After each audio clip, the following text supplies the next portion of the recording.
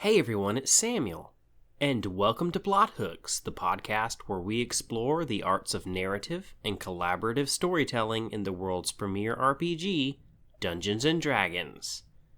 Today in the Prime Material, using feats in our narratives. In the wilds, the xorn. And in the tavern, what would you do if your party got a pet?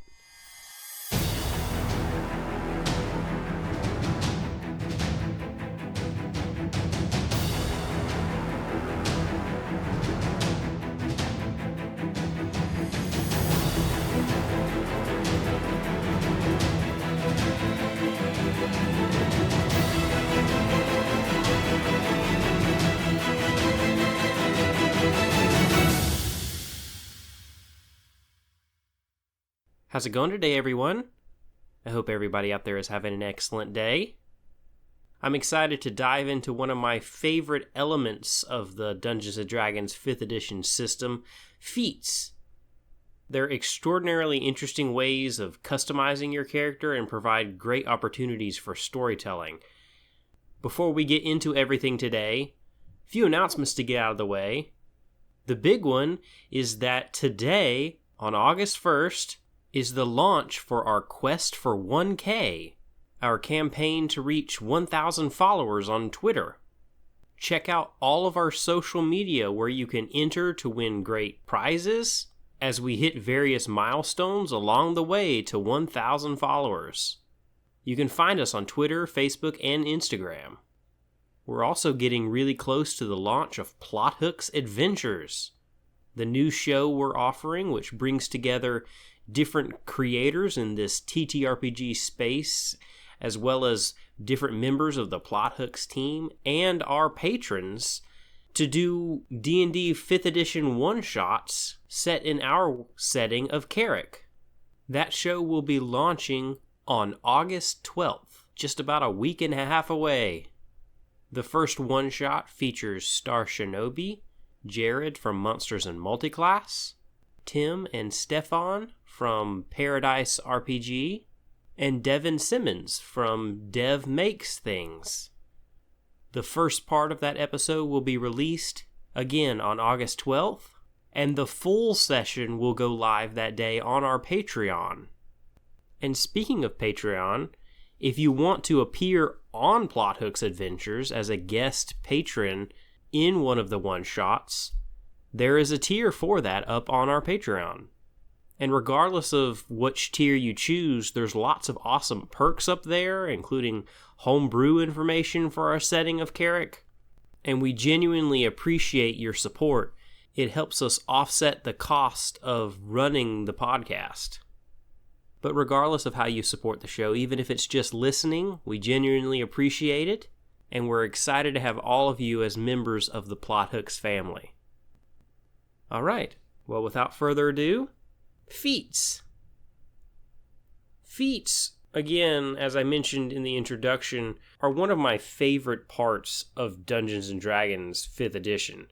I find them so interesting. They provide such great ways of customizing our characters, giving us unique ways of utilizing particular abilities or class builds. I love using them in our games, both for my players as a DM and for my characters that I play as well. And people love so many different ones too. I asked earlier this week on our social media about people's favorite feats.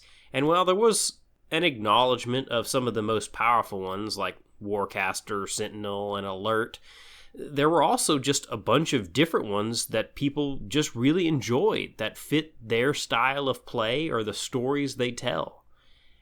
They're just so flexible, and they're a really enjoyable part of the game where you can have this little mechanical element that doesn't have to be connected to a class or anything else. You just get to add it to your character if it's how you want to play. So today, we want to look at what feats are and how we can use them to tell great stories. Because despite how awesome they are, there is an inherent challenge to using them narratively, which we'll get into. But for me, if done right, they're actually a very positive story element for characters. So first, what is a feat? Well, feats are an optional rule in Dungeons & Dragons, found beginning on page 165 of the D&D 5e Player's Handbook. If you're a player, check with your DM regarding feats in your specific setting or scenario to make sure you're on the same page about how or if these features will be used. Now, the way that this optional rule works as written is as follows. When leveling up and taking a level in a class that would grant you an ability score increase, you can choose to forgo that ability score increase and take a feat instead. You get these score increases at class levels 4, 8, 12, 16, and 19. Notably, it is at class levels, not your total level. So if you hit level 4, but you've multi-classed and you're level 2 in 2 different classes, you are not on track to get an ability score increase at that time. But as written, at each level where you do have this option, you can forgo getting that ability score increase and take a feat instead. Doing it once doesn't mean you have to do it every time, and getting the ability score increase at 4th level doesn't mean you can't get a feat when the choice comes back around at 8th level. Every time that this option is available to you, you get to make that decision on whether you want the score increase of your abilities or a feat. There are a few feats that have ability score requirements, like Defensive Duelist, which requires you to have a dexterity score of 13 before you can take the feat.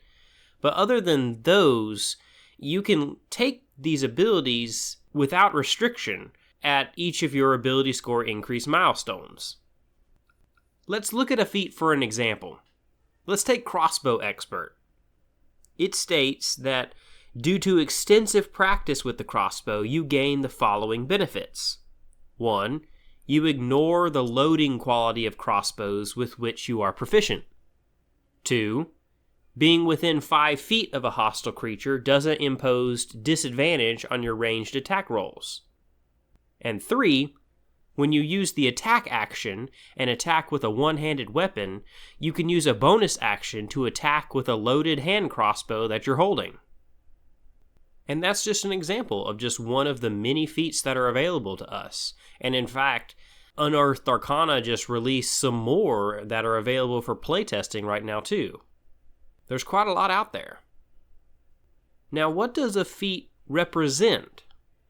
Well, according to the books, and you can see a sense of it just in the introduction to Crossbow Expert there, it represents a talent or an area of expertise that gives a character special abilities. It represents a character achieving mastery in one of their capabilities or discovering the ability to do something completely new. It embodies your training, experience, and abilities beyond what a class provides. And again, this is just so awesome. These are things that are not connected with your class necessarily, or not connected to a specific part of your class or the way a character operates.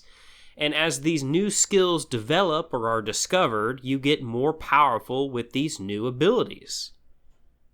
Again, they are an optional rule, but I personally always allow feats in-game, and a lot of other DMs and players that I know love them too. They're just so awesome and fun. But there is a narrative challenge for feats.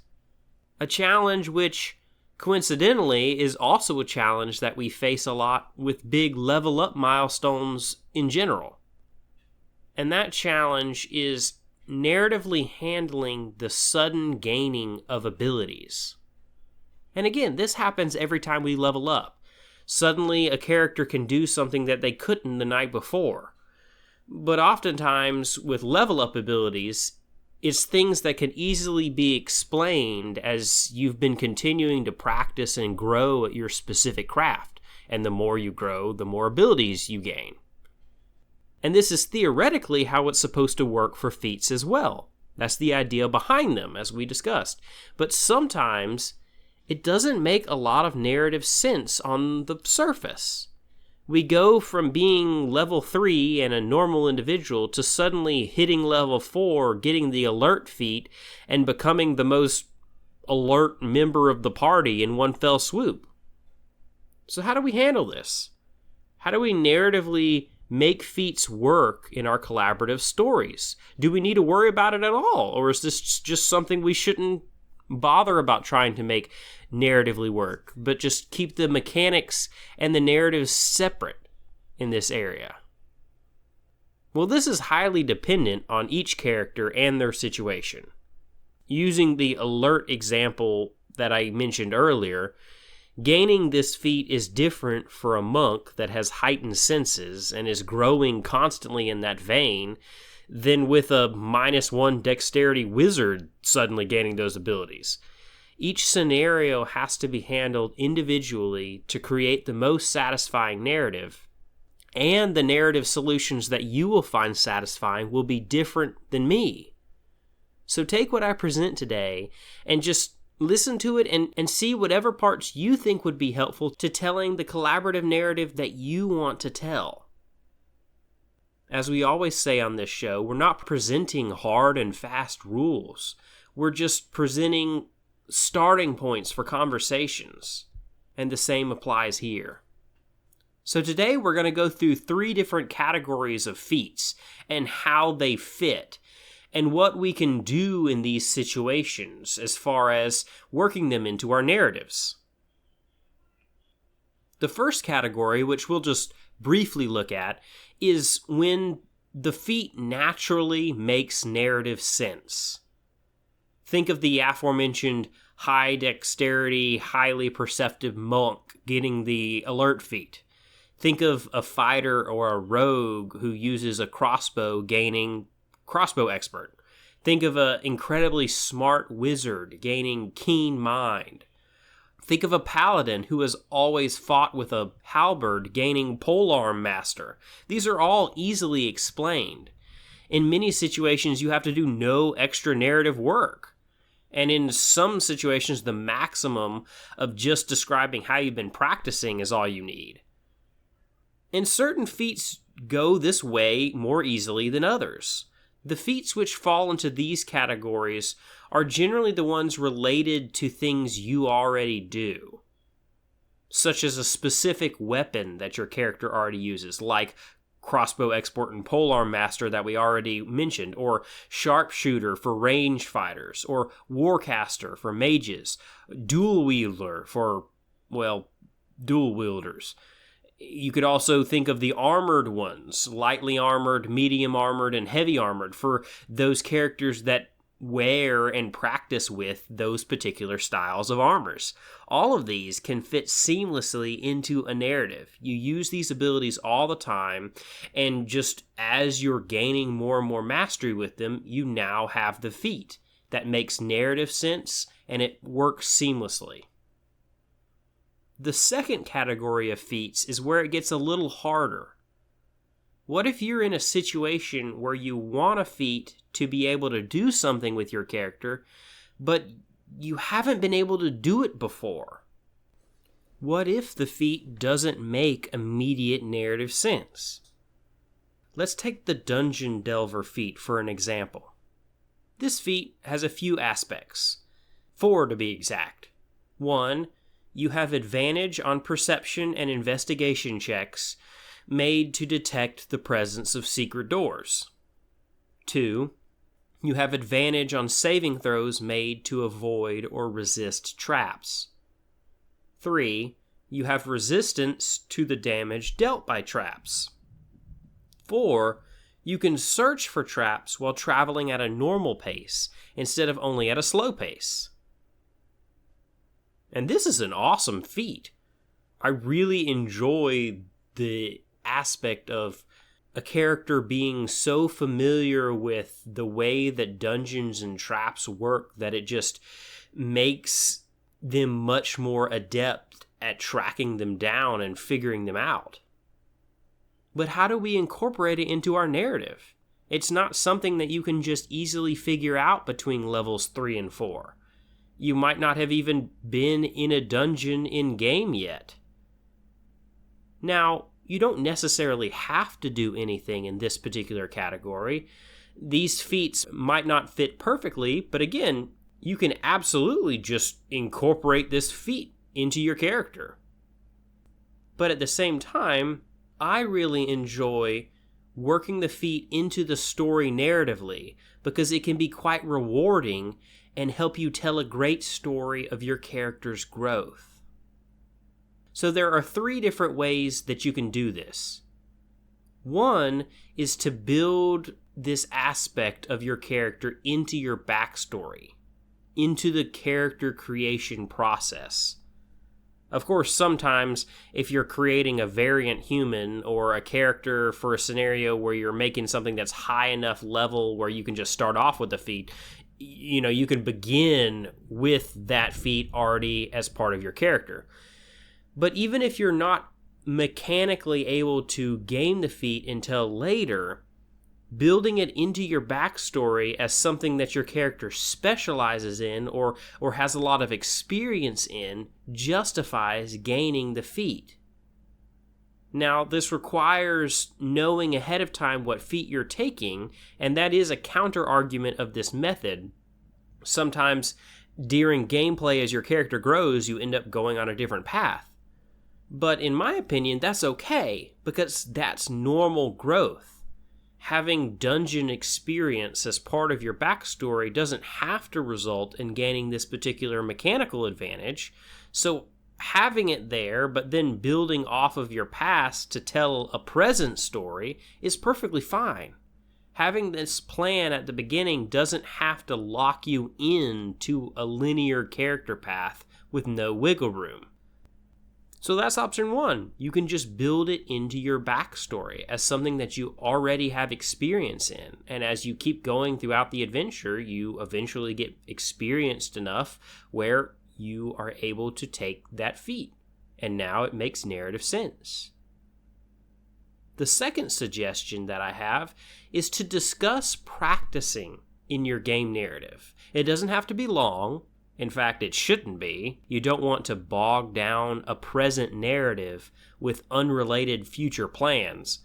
But describing in a couple of sentences how you're working with 2 weapons instead of 1 for an hour before bed at the campsite, it shows that you're practicing and gaining expertise in a skill before you take that dual wielder feat. Talking about how you're reading, how you're studying, before you gain something like keen mind or something which increases your intelligence. That helps that ever-present immediate level jump that is even more exacerbated whenever it comes to adding a feat on top of gaining all your other abilities at a new level.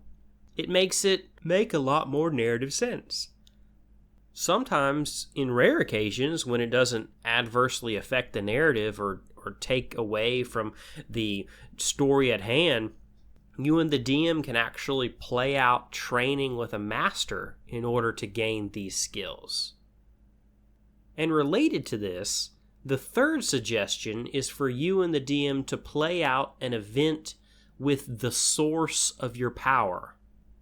This doesn't work for all classes, of course, but for things like paladins or warlocks or clerics, you can play out a sequence at a holy site or a shrine where the character is blessed supernaturally with this new ability, or do the same with a dream sequence. And even if you get creative, you can do the same with other classes, like the wizard having a spark of information or gaining knowledge from something they study, or a rogue finding a scroll with new techniques on how to use different things. And all of a sudden, by working together to actually play out an in-narrative reason, an in-narrative event for why this feat makes sense, all of a sudden it works it into this story. And all of these are ways that you can narratively plug in the mechanical aspect of gaining a feat when it doesn't quite make sense on its face, and turn it into a good story moment that not only makes good narrative sense, but it shows and acts out the growth of the character. And I personally like the idea of doing these types of things all the time, even as characters level up. It just shows the growth and the change in game in a much more strong way. And that's an important part to me of telling the story of the characters. And when we do this with feats, the feats become more than just a mechanical bonus, more than just something that we debate about what the most powerful ones are. They become part of the story. And that connection between the mechanical and the story, the mechanical and the narrative, that is something that is really interesting to me and something that I really enjoy about role-playing games. I love taking that mechanical aspect and finding a way that it works into the narrative. So the first category are feats and situations that naturally fit. The second is where a little work is required to make them fit. And the third and final category is the hardest. There are certain feats that don't fit seamlessly at all. In the second category, even if it might be interesting to tell the story of how you gained an ability, it's not strictly necessary. But for this third category, it just makes no sense without added context. And the most egregious example of this is Lucky. Lucky says that you have 3 luck points, and whenever you make an attack roll, ability check, or saving throw, you can spend 1 luck point to roll an additional d20.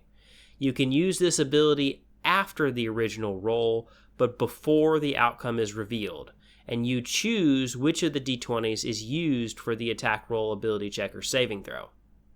Furthermore, you can also spend 1 luck point when an attack roll is made against you. Roll a d20 and choose whether the attack's roll uses their d20 or yours. And you regain all luck points at the end of a long rest. This, to me, unlike the second category, is just something that you cannot fudge. Sure, if you just want to have it mechanically and have fun, go for it. We don't ever have to work mechanical elements into our stories if we don't want to. But if you really want to work it into a story, it's going to take some work explaining things in this category, especially Lucky. How do you explain becoming incredibly blessed and incredibly lucky with this very powerful ability by just gaining it overnight? In this situation, the first suggestion of building it into your backstory is less than ideal. I mean, you can say that you're a very lucky person and just have nothing mechanically to back that up for a few levels, but it doesn't quite make as much sense to me. And you certainly can't practice or train or talk about becoming lucky. Here, if you want to connect it narratively, you have to use that third option of having some event occur that makes you that way. But thankfully, not all of the feats in this category are as extreme, and honestly, I think Lucky is the most extreme example of it. In reality, rather than categories, it's more like a gradient between categories 2 and 3, where you have an ever-increasing amount of work that you have to do until you get to Lucky at the far end of the spectrum.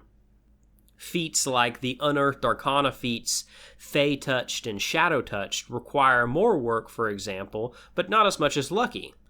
You do have to have some encounter with the Feywild or the Shadowfell in order to make those feats occur. And if it was something in the past, in your backstory, then you've always been Fey Touched or Shadow Touched, and there has to be some narrative point that triggered you now being able to use that feat's abilities. So that is something that is much harder to narratively work in, but it's a lot easier than Lucky. Another example is Linguist, which requires you to have been learning new languages for a while. You can't just learn 3 new languages overnight, and the ability to write in code in any short amount of time. But it can be done by using the 3 same methods that I mentioned before, whether that's discussing how you're practicing or learning in-game, discussing having an event play out in-game that actually affects this, or just building it into your backstory. Different ones will apply to different situations. And all in all, it's up to you how you want to play it. My goal today is just to give you some things to think about in order to contemplate how you can best tell the story that you want to tell by using a feat. And honestly, whatever it looks like, I really hope you enjoy your story, because feats are awesome. They're fun to play with. And if you just want to use them mechanically, have at it. And I'm interested to hear, what's your favorite story that you've ever told using a feat? Are there any other ways that you connect feats with your narratives? Contact us on social media. We'd love to hear from you. But I think that's about enough for the prime material today. Let's head over to the wilds, and it looks like we're going to be heading underground.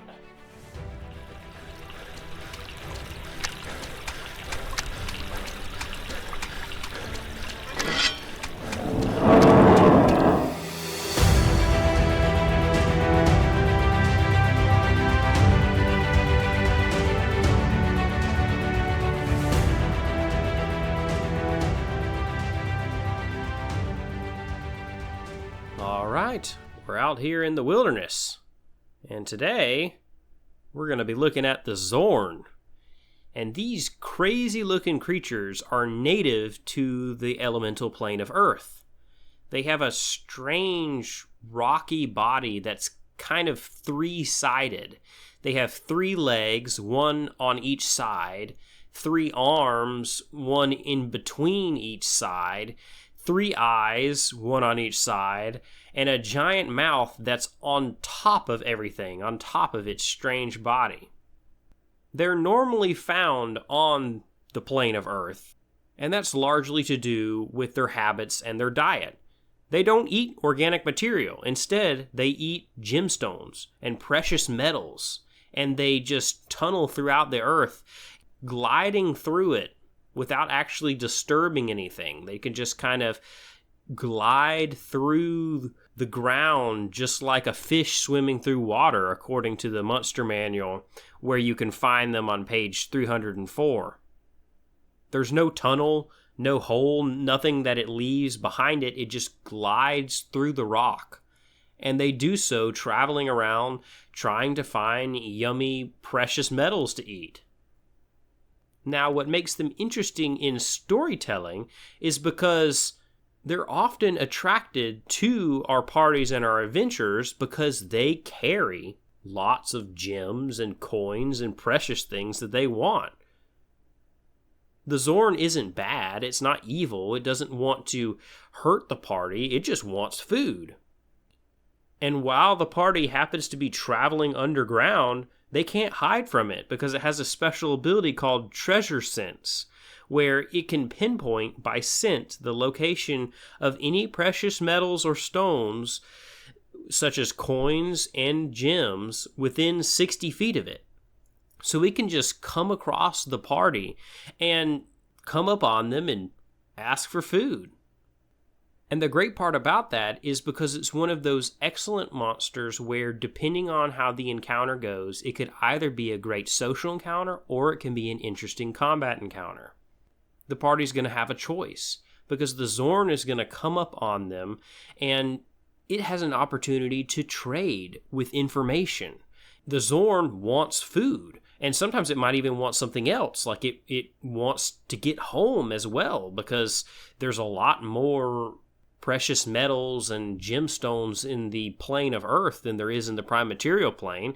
So there's lots of different negotiating points that the players have against the xorn.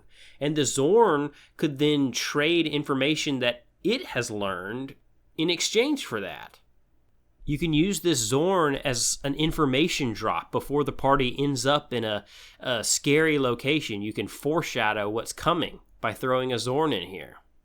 And at the same time, it's a difficult social encounter because they don't speak common. They only speak Terran.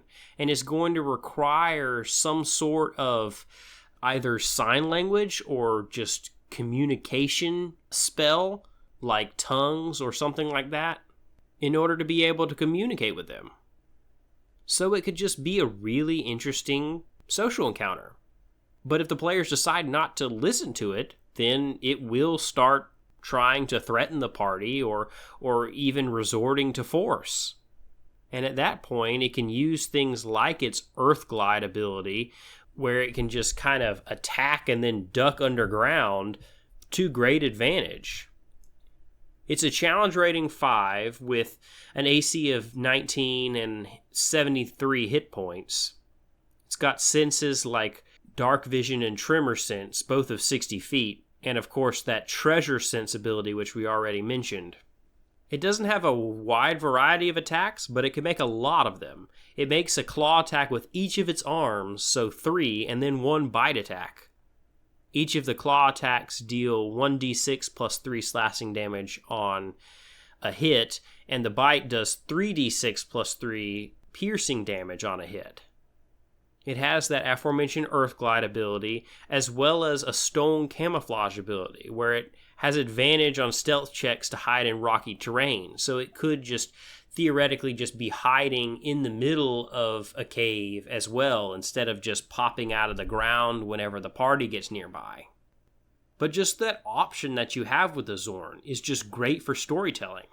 Having diversity is really good as a DM.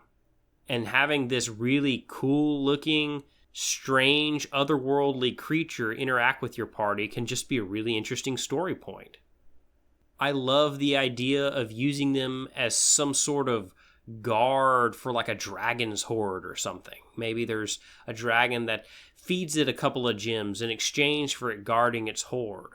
Or a merchant using it to protect their underground smuggling passageways. You can negotiate with these things, and you can come up with creative ways to use them. I like what the little tidbit says in the Monster Manual, which is an in-world quote from X the Mystic, their 6th rule of dungeon survival, which says, "Keep a few gems in your pocket. A hungry xorn is a helpful xorn." And I think that sums up some of the interesting interactions right there. But I think I've had about enough of being underground. Why don't we head over to the tavern and get some refreshment?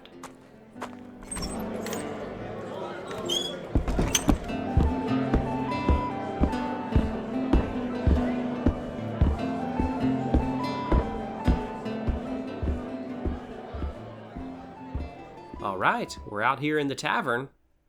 Today's plot hook: what would you do if your party got a pet? Now, the reason for this being today's topic is the air date of this podcast is August 1st, and that's a day that the North Shore Animal League designated as Dogust 1st, the universal birthday for shelter dogs whose birthday was unknown. And so I thought it was fitting to talk about pets today. Now, pets are not for every party. Some people don't like having animal friends tagging along, especially if they're not strictly useful. A pet mouse can't perform any actions in combat, of course. But having a pet can be something that's beneficial for storytelling. It can be an entertaining interlude for a party. Certainly purchasing the pet from a variety of different options, like a street vendor or a store in a town or just a traveling merchant, it can be a very entertaining moment, especially because it gives you a chance to world build by describing new and interesting fauna that are unique to your setting or your location. The interactions with downtime activities with pets, the little moments you get to throw in, just throwaway moments just to make your players laugh, or just the interactions with the pets or the training of the pets, especially doing things with spells like Speak with Animals. It just gives a great opportunity for a unique dynamic. Pets are just one of those things that really excel at bringing levity and brightness into the story just by having them around. You can use them as a DM to foster hilarious moments just by planning little things that you can do. You can build relationships between characters by having them bond over a pet. They can be really positive things for your story. One difficult thing with them, however, is the whole idea of keeping them safe. How do you work that into the story? What happens when you need to go into battle or into an adverse environment? What do you do with the pet then? You don't want to bog down the story by constantly focusing on keeping the pet safe. And there's a couple different ways you could handle this. You could take the ruthless path and make sure that the party is actually actively having to keep track of this at all times. And if that's something that your players enjoy, if that's an interesting challenge that you want to pull the string on, then go for it if that's the story you want to tell. But I think a lot of parties just want that levity element. And we need to be willing as DMs to create workarounds if that's the place. Ultimately, it's all about doing what the party thinks is fun. And if having a pet is what they think is fun, then we can let the players have their fun. The specific workarounds vary pretty wildly depending on what the circumstance and the specific pet is. But if we're willing to explore those, then we can create some really unique, funny, and light moments which will really make a session and a campaign memorable. But, as much as I'd like to keep talking about pets, I think that's about all the time we have today on this episode of Plot Hooks. Please remember to check out our social media, where, as of today, our quest for 1K is going on. Remember that in just a little bit, on August 12th, we will be launching Plot Hooks Adventures. Check out our Patreon and support the show. Give the podcast a rating wherever you listen to it. And above all, thanks for listening. From all of us here at Plot Hooks, I'm Samuel. Thanks from Matt, Mike, Steve, Dave, Zach, Becca, and of course, podcast pupper Ellie. We'll see you all again next week for another episode of Plot Hooks.